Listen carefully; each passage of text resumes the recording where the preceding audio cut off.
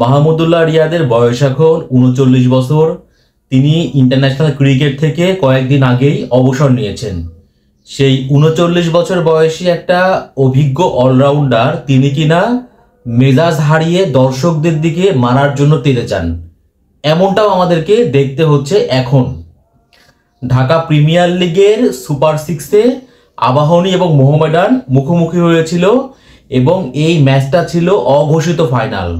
মোহামেডানের সামনে খুবই ভালো একটা সুযোগ ছিল এবার চ্যাম্পিয়ন হওয়ার, কিন্তু এই অঘোষিত ফাইনালে তারা আবাহনীর কাছে 6 উইকেটে হেরেছে। 6 উইকেটে হারার পরে মিরপুর শেরেবাংলা স্টেডিয়ামে মোহামেডানের যে ড্রেসিং রুম, ঠিক সেই ড্রেসিং রুমে যাওয়ার পথে গ্র্যান্ড স্ট্যান্ডের গ্যালারি থেকে কোনো একটা দর্শক বা কিছু দর্শক তারা মাহমুদুল্লাহ রিয়াদকে উদ্দেশ্য করে, যতটুকু আমরা শুনেছি, ভুয়া ভুয়া বলে দুয়োধ্বনি দিয়েছিলেন। আপনারা বোঝেন বর্তমান প্রেক্ষাপটে এই ভুয়া ভুয়া দুয়োধ্বনি এটা কিন্তু খুবই কমন একটা দুয়োধ্বনি। এই ভুয়া ভুয়া দুয়োধ্বনি এটা হচ্ছে মানতে পারেননি মাহমুদুল্লাহ। তিনি ড্রেসিং রুমে না ঢুকে একদম তেড়ে চলে যান ওই গ্যালারির দিকে এবং ওই দর্শককে তিনি মারতে চান। আপনারা বোঝেন যে এইটা কি মাহমুদুল্লাহ রিয়াদের সঙ্গে যায়? তার মতো একটা ৩৯ বছর বয়সী মোস্ট এক্সপেরিয়েন্স এবং সিনিয়র একটা ক্রিকেটার, তিনি গ্যালারি থেকে কোন দর্শক ওই ভুয়া ভুয়া দুয়োধ্বনি দিল সেই কথা শুনে তিনি তাকে মারতে তেড়ে চলে গেলেন গ্যালারিতে। এটাও আমাদেরকে এখন দেখতে হচ্ছে এবং এই রকম ঘটনার জন্ম দিচ্ছেন মাহমুদুল্লাহ রিয়াদের মতো একজন সিনিয়র ক্রিকেটার। এটাও আমরা এখন দেখছি। আমরা দর্শকরা হচ্ছে ক্রিকেটের প্রাণ, আমরা সবসময় কিন্তু এই কথা বলি, দর্শকরা হচ্ছে ক্রিকেটের প্রাণ। এই যে বছরের পর বছর বাংলাদেশ দল বাজে পারফরমেন্স করে, জিম্বাবুয়ের মতো দলের কাছেও বাংলাদেশ দল হারে, ক্রিকেটাররা তারা কিন্তু সবসময় যে ফর্মে থাকে এরকমটা না, তারাও এরকম ম্যাচের পর ম্যাচ অফ ফর্মে থাকে। তারপরেও বাংলাদেশের মানুষ ক্রিকেটকে ভালোবেসে, ওই খেলোয়াড়কে ভালোবেসে গাটের পয়সা খরচ করে মাঠে যান, খেলোয়াড়দেরকে সাপোর্ট করেন, বাংলাদেশ টিমকে সাপোর্ট করেন। এখানে কিন্তু দর্শকদের কোনো লাভ নাই, তারা তাদের গাটের পয়সা খরচ করে কিন্তু স্টেডিয়ামে টিকিট কেটে খেলা দেখার জন্য যান এবং এই টিকিট পেতেও তাদের কি পরিমাণ ভোগান্তি পোহাতে হয় যারা দর্শক শুধুমাত্র তারাই জানেন। আবার কোনো খেলোয়াড় বাংলাদেশের প্রেক্ষাপটে তো পঞ্চপাণ্ডব যাদেরকে বলি প্রত্যেকেরই কিন্তু ফ্যান বেজ রয়েছে। এই খেলোয়াড়দের খারাপ সময়ে ওই সব দর্শকরা যে পরিমাণ সাপোর্ট তাদেরকে দেন, সোশ্যাল প্ল্যাটফর্ম থেকে শুরু করে সরাসরি বাস্তবে সবই কিন্তু আমরা দেখেছি। তো খেলোয়াড়রা তাদের অবদানকে অস্বীকার করবেন কিভাবে?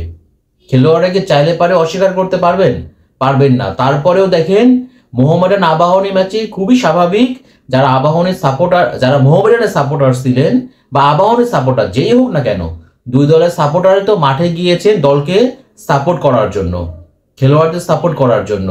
তো যখন মোহামেডানের যারা সাপোর্টার ছিলেন তারা যখন ম্যাচটা হেরে গেল, খুবই স্বাভাবিক তারা তো হতাশ হবেনি। এবং গ্যালারিতে আমরা শুধুমাত্র বাংলাদেশ প্রিমিয়ার লিগের ম্যাচ কেন, আপনার ইন্টারন্যাশনাল ম্যাচ বলেন, ক্রিকেট বলেন, ফুটবল বলেন, সব ক্ষেত্রে কিন্তু আমরা দেখি এখন দল থেকে শুরু করে খেলোয়াড়, নির্দিষ্ট খেলোয়াড় প্রত্যেককেই আসলে ভুয়া ভুয়া দুয়োধ্বনি শুনতে হয়। তাই বলি দর্শকরাও যেহেতু ক্রিকেটের প্রাণ, খেলোয়াড়দের প্রাণ, তারা ম্যাচ হারছে, মন খারাপ হয়েছে, খুবই স্বাভাবিক। তো গ্যালারি থেকে তো দুয়োধ্বনি দিতেই পারেন, এই দুয়োধ্বনি শুনে দর্শকদের দিকে এইভাবে তেড়ে যেতে হবে মারার জন্য, এইটা কি মাহমুদুল্লাহর মতো সিনিয়র খেলোয়াড়ের সঙ্গে যায়? এটা কি কোনোভাবে প্রত্যাশিত? আবার দেখেন এই ঘটনার পরে বিভিন্ন গণমাধ্যমে কিন্তু বিভিন্ন রকম নিউজ এসেছে। তো মাহমুদুল্লাহ তিনি কি তার অবস্থাটা ক্লিয়ার করতে পারতেন না? এই যে এত এত গণমাধ্যম এই অঘোষিত ফাইনাল ম্যাচটা কভার করার জন্য মিরপুর স্টেডিয়ামে উপস্থিত ছিলেন, মাহমুদুল্লাহ পরে কিন্তু আর কোনো গণমাধ্যমের সামনেই আসেননি, তিনি কিন্তু ড্রেসিং রুম থেকে আর বেরিয়ে হননি। তো তাহলে পারে যে ইনসিডেন্টটা ঘটেছেন তিনি কেন সেই দর্শকের দিকে তেড়ে গেলেন মারার জন্য, যদি তার অবস্থানটা তিনি ক্লিয়ার করতেন তাহলে পারে এক একটা গণমাধ্যমে কিন্তু এক এক রকম নিউজ আসতো না। কিন্তু মাহমুদুল্লাহ সেটাও করেননি, কারণ ওই যে তিনি গার্ডস দেখিয়েছেন, তিনি ন্যাশনাল টিমের সিনিয়র একটা ক্রিকেটার, যদিও অবসর নিয়েছেন বাট তিনি তো ন্যাশনাল টিমকে লম্বা সময় সার্ভিস দিয়েছেন, তিনি পঞ্চপাণ্ডবের একজন, তার নির্দিষ্ট একটা ফ্যান বেজ আছে। তিনি তার হ্যাডমটা দেখিয়েছেন, তিনি তার গার্ডস দেখিয়েছেন।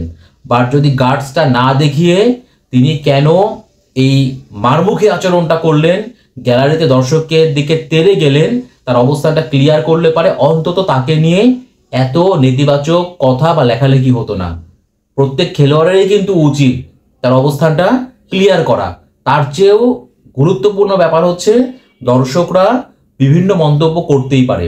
এজন্য কিন্তু সেখানে বিসিবির নিরাপত্তা কর্মী ছিল, আনসার ছিল, মোহামেডানের সমর্থকরা ছিল। আমার কথা হচ্ছে যে একটা দর্শক বা কিছু দর্শক গ্যালারি থেকে নেতিবাচক মন্তব্য করলেন, এর ব্যবস্থা কিন্তু চাইলে পারে, ধরেন যারা বিসিবির নিরাপত্তা কর্মী ছিলেন তারা তো ব্যবস্থা নিতে পারতেন, সেই দর্শককে ফাইন্ড আউট করতে পারতেন, তাকে আজীবনের জন্য মাঠে নিষিদ্ধ করতে পারতেন।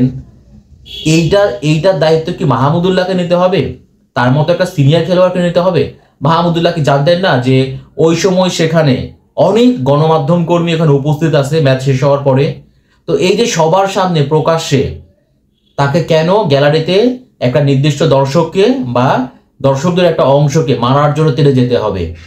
এই কাজটা করে এই ক্রিকেটের, তার তো ন্যাশনাল টিমের অধ্যায়টা শেষ হয়ে গিয়েছে, যত তিনি অবসর নিয়েছেন। ঘরোয়া ক্রিকেটেও যে খুব বেশি দিন খেলবেন এরকমটা বলার সুযোগ নেই, কারণ তার বয়স এখন 39 বছর, 39 প্লাস। তাহলে পরে এই ক্যারিয়ারের শেষ সময়ে এসে, শেষ দিকে এসে এই যে এইরকম বিতর্কিত কাজগুলা তাকে কেন করতে হবে?